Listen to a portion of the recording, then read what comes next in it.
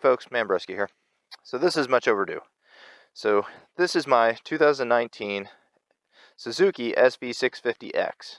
The difference between the X and any other SV is this right here, the Cafe Racer, a little front fairing there, and then they got some side action going on here. Outside of that, it does have preload adjustment front shocks, and I'll have to check. I'm not sure if the standard SV has a preload adjust rear shock, but this one does have that as well. And it does come with this cool seat. I will go ahead and say up front, while that seat does look cool, it is not a comfortable seat. So we'll get that out of the way. Now, they don't usually come with this either. I did that. That was my first drop, which is why I replaced it with these side mirrors.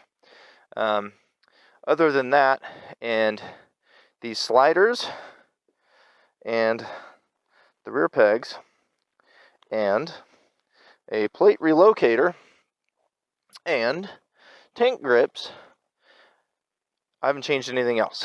So everything else is still stock on it. I haven't swapped out the front brake pads yet, which those are garbage, by the way. The front brakes aren't bad, but the front brake pads are garbage. They need swapped. It does come with the Dunlop Sport Max tires. As you can see, I don't know how close this is getting, but I've been able to, mainly on this side, I've been able to get all the way on the edge of the tire on these. Not a huge problem. I will say those are the wrong size. They come with a 160, 55, I believe. The problem with that, okay, hear me out. The problem with that is that all years prior to 2017 came with a 4.5 inch rim, right? This comes with a 5-inch rim, and they're still using the same size tire. If you want to be technical, the right size tire would be a 170/55 on the rear. That's why this tire has such a flat profile. If you look at it, it's not very rounded. So you find the edge of that tire pretty quickly. I do not have confidence in these front tires. I can speak from experience. That's why I had to replace these mirrors and why that's bent. These are sketchy. I'm not a fan of the front tire on those. They tend to slide out a lot. Numerous times I've had the front slide out on me. I trust the rear tire a lot more than I trust that front tire. And to be frank with you, I'm not sure if it has anything to do with the size, the roundedness, or if it's just the tire compound. I will say the days that it's acted like that, it has been colder days, kind of like today. So that might have something to do with it too. That being said, I have put around 2,400 miles on this bike at this point. I've had it for about 2 months, so I have ridden the crap out of it. I can tell you right now that one of the most painful things I've done in my life was ride this bike 4.5 hours straight. This is not an interstate bike, folks. This is not a fun bike to ride on the interstate at all. As you can tell, there's nothing blocking the wind. With these cool clip-on bars here, which, by the way, that's 650X only. These clip-on bars, it does give you a much more aggressive stance. However, the issue with that is your interstate and highway riding becomes way less comfortable. So I will say this, though. They make this bike a blast to hit corners with. This bike really, really is fun to hit corners with, which is what we're about to do here in a bit. We'll hit some corners, do some canyon carving, and we'll also get some highway in and let you guys get a good feel for the bike. I do have some other footage on my channel as well if you wanted to see some other riding if you're thinking about getting one. One thing I did do is I put this little $35 Amazon muffler on here, and I ran over to the auto parts store and got me some pipe. Put that in, put a DB killer. I actually welded that inside of here, and went ahead and wrapped the pipe, and it turned out outstanding. I think the ugliest thing on this bike when you first get one is the stock pipe. I'll throw a picture up for that. Good Lord, it's ugly, and it is heavy too. So this thing here weighs nothing, like absolutely nothing. I probably saved myself, shoot man, between 3 and 5 pounds replacing the exhaust components from the other exhaust. It was really silly how heavy it was. And this sounds absolutely amazing. So let's go ahead and get it started.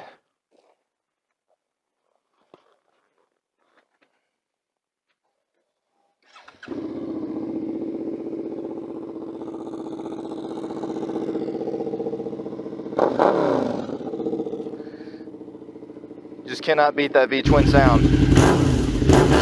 This thing does come with around 75 horsepower and around 49 foot-pounds of torque. So it's got plenty of power. There are bikes out there with more power. I will say this bike does like to be revved out. It's a very fun bike to keep in the high RPM range.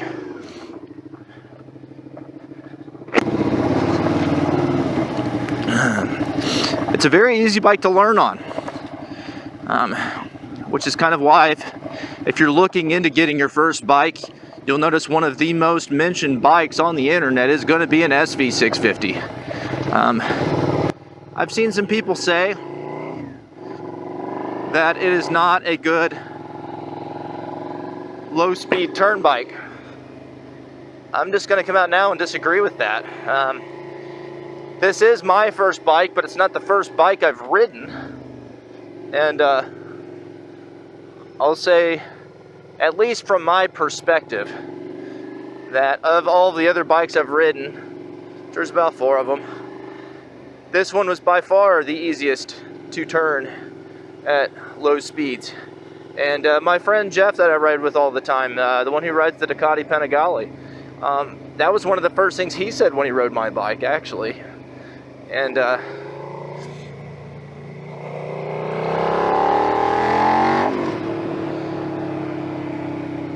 I agreed with him. So I wanted to take it relatively easy since I'm going on cold tires right now.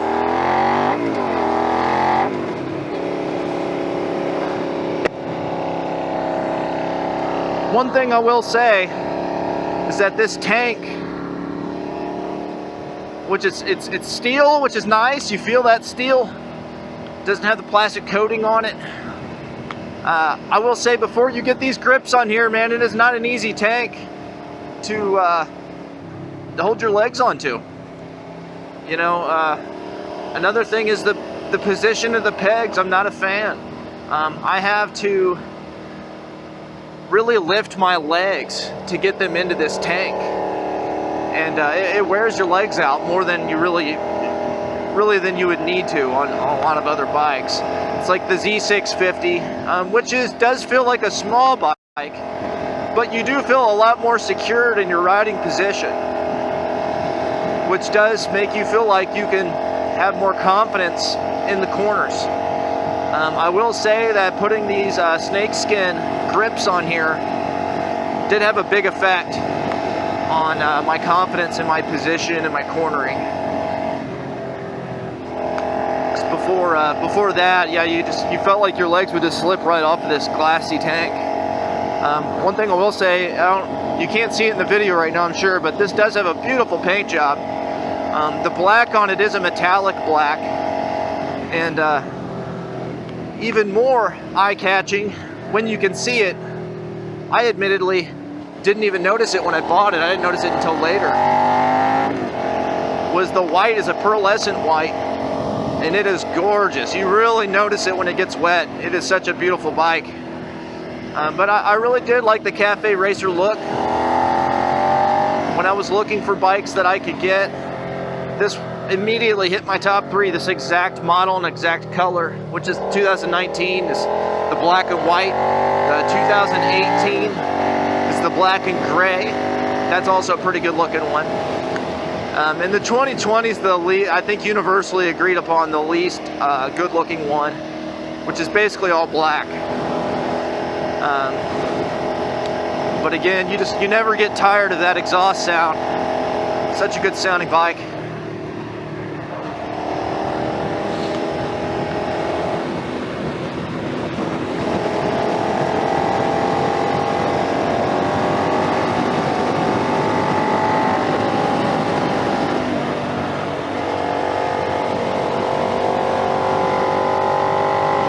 tires don't like being cold. I can feel that butt kicking out on me.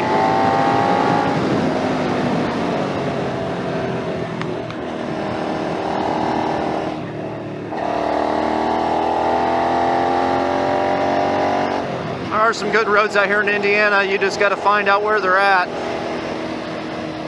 A lot of the roads that people like to hit are really busy roads. That's not something I like.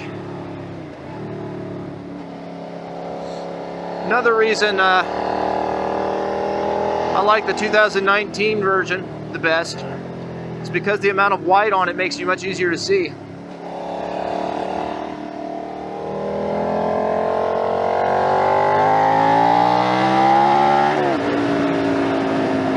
Yeah, it's way too much fun, man. Especially with that sound. That's kind of the downside to getting a V-twin for your first bike, is going to a parallel after this, you know. They just say that the sound isn't there, you know. So that's something I'm going to have to think about when I'm going in to get my next bike. There's not a whole lot of real powerful V-twins out there on platforms that I like outside of Ducati, and I'm not really sure I want to deal with the Desmo valves, although I did hear that they're doing away with the Desmo valves. I haven't really looked into that real hard yet, but I think I'll shut up for a bit and just enjoy the ride. Something else to note is the throttle on this bike. It's not a good throttle. I wish I could tell you it is, but it's not. It's a very twitchy throttle. It's either stop or go. It's very hard to give it a good feathering, and anyone who knows anything knows that one of the most important things about riding a motorcycle is throttle control. So that's kind of a big deal. There goes the rear.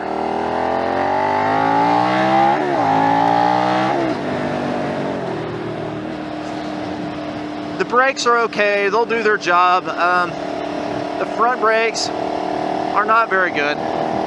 This does come with ABS, but these front brakes are not confidence inspiring, very spongy. I have had them lock up on me and the ABS did not kick in. So there is that. I will say again, I'm also not a fan of the front tire, and that might have played something into that as well with the ABS not working properly. The front tire does like to give out on you if you're pushing it in corners. And again, this is a road smart Dunlop, so it's not really meant to be like a super aggressive street tire. With that being said, the amount of miles I have on it, the longevity on them appears to be incredibly good. Which, me personally, I'd rather veer more towards the performance than the longevity.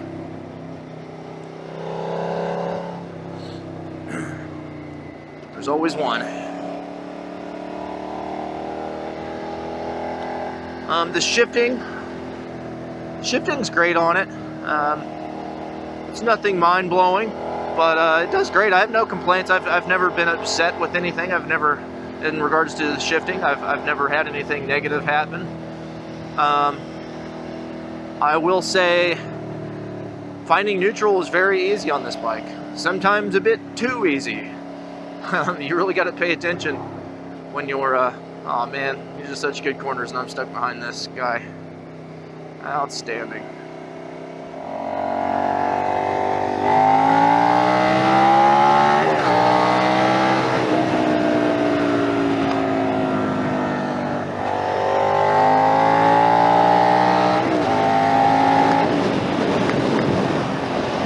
You really feel that wind, man.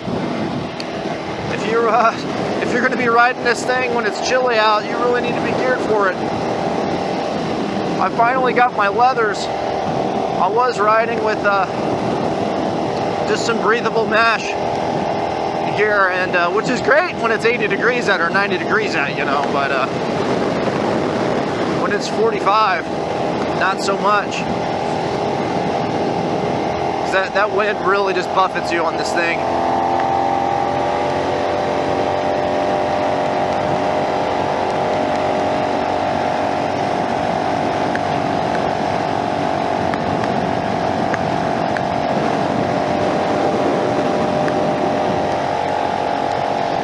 performance-wise, you know, in the 2,400 miles that I've had this bike, I've changed the oil 3 times, maybe 4. Honestly, can't remember. First 1,000 miles, I might have changed it more than I remember. I've had no issues in the performance of the bike. It's performed admirably. Power's still all there, no leaks, nothing like that.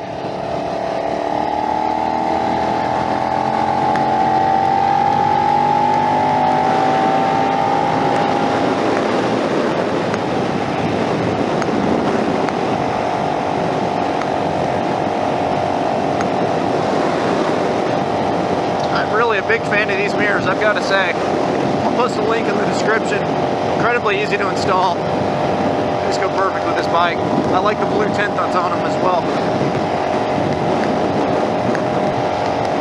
Yeah, see, even with these snake grip pads, my calves are already getting tired from the amount of distance that I have to lift my legs up to get my knees into the right position on the tank.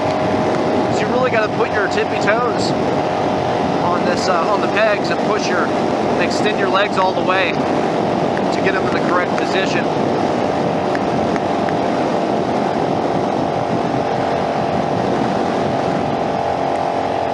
I have a feeling if I were to jump on another bike right now, I'd be much more pleased with that aspect of the other bike as opposed to this one. It's really not a good aspect of this bike.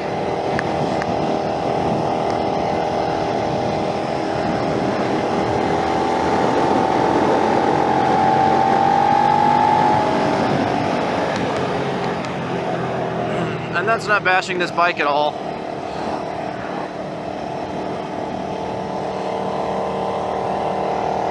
I absolutely love this bike. I'm very glad that I went with this bike and not any other bike.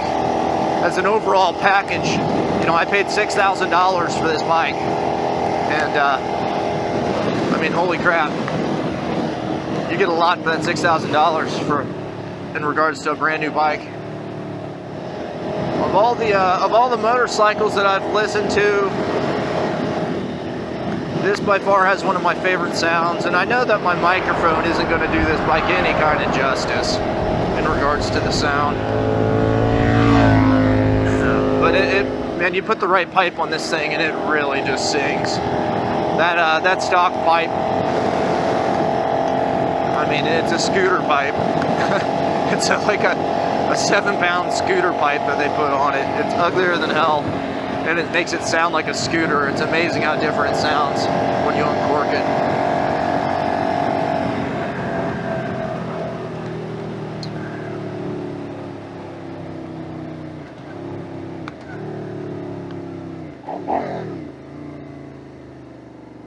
Nice Corvette.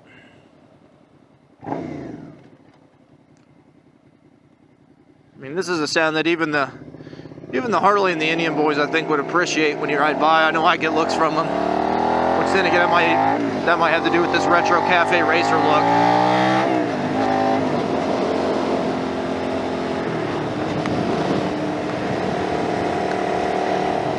This right here, this is the least fun part of this bike, man.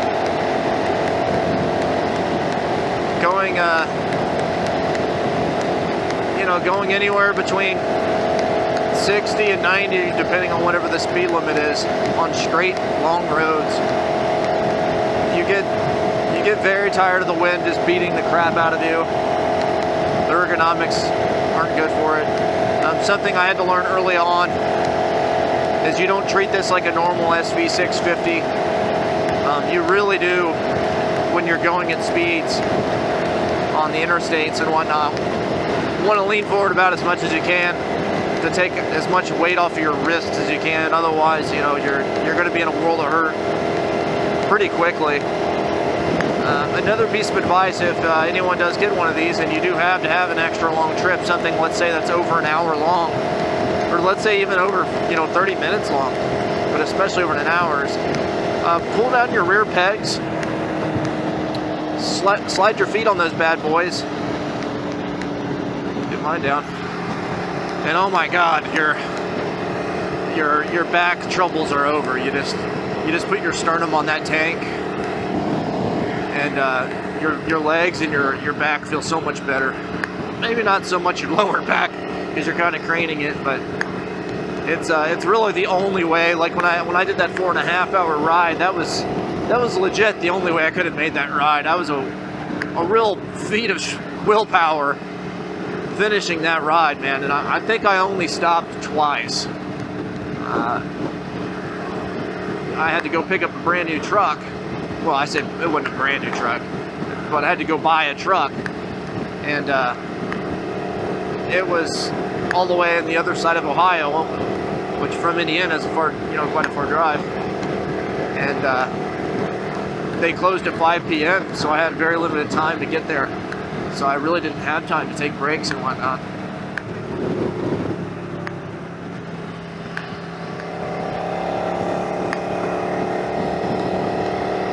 Gas mileage on this is very admirable.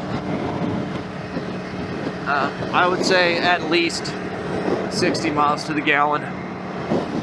I've never, I'll tell you this, my buddy's Panigale gets way less gas mileage than this. Generally, by the time he has to fill up, I still have 70 miles to go on my tank.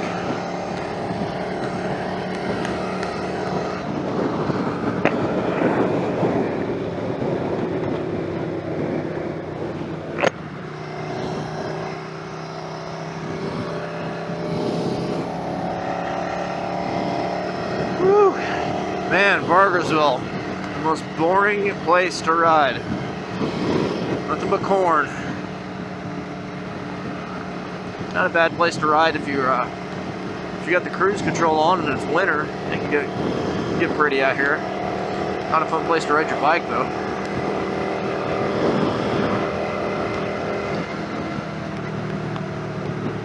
So my plans with this bike have changed a few times since I've owned it.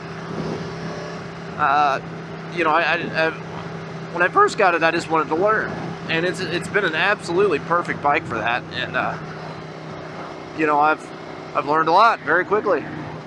And this bike has done its job well enough that the only accident I did have was a very minor one. I was hardly hurt at all.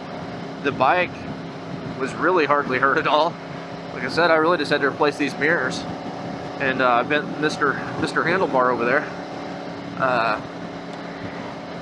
Clutch lever anyway. And outside of that, no damage on the bike.